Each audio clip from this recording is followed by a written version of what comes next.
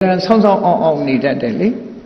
ဆောင်းအောင်နေတတ်တယ်သူ့ခြေရာမျိုးကအဲ့ဒါဖနှောင့်ရာကပိုနဲ့ပြီးတော့ဆောင်းနှင်းထားတဲ့သဘောမျိုးဖြစ်တယ်တဲ့ကဲခတ်ကြည့်လို့ရှင်မညီဘူးပေါ့နော်တခါမုံလတ္တဟောတိအဝကတိတံပဒံဒီမောဟကြီးတဲ့ပုဂ္ဂိုလ်အတိညာဏ်နဲပါပြီးမောဟကြီးတဲ့ပုဂ္ဂိုလ်ရဲ့ခြေရာကြတော့ဒရွတ်ဆွဲထားတဲ့သဘောမျိုးဖြစ်တယ်တဲ့ပုံစံကဒရွတ်ဆွဲနေတယ်လို့ပဲတဲ့အဲ့ဒီခြေရာတွေကိုကောက်ပြီးတော့ဒီပုံလေးမကြီးကမဂ္ဂဏီကပြောလိုက်တယ်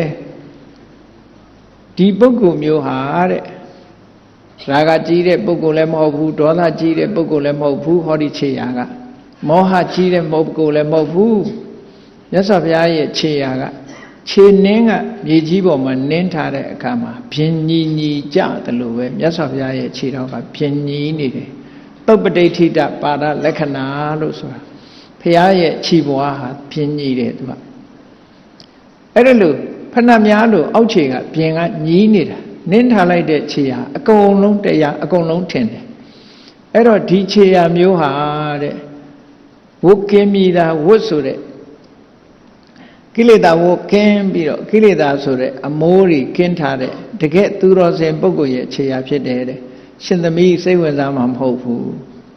သူကကြိုပြီးတော့ကိုပြောတာမမြင်ရသေးဘူး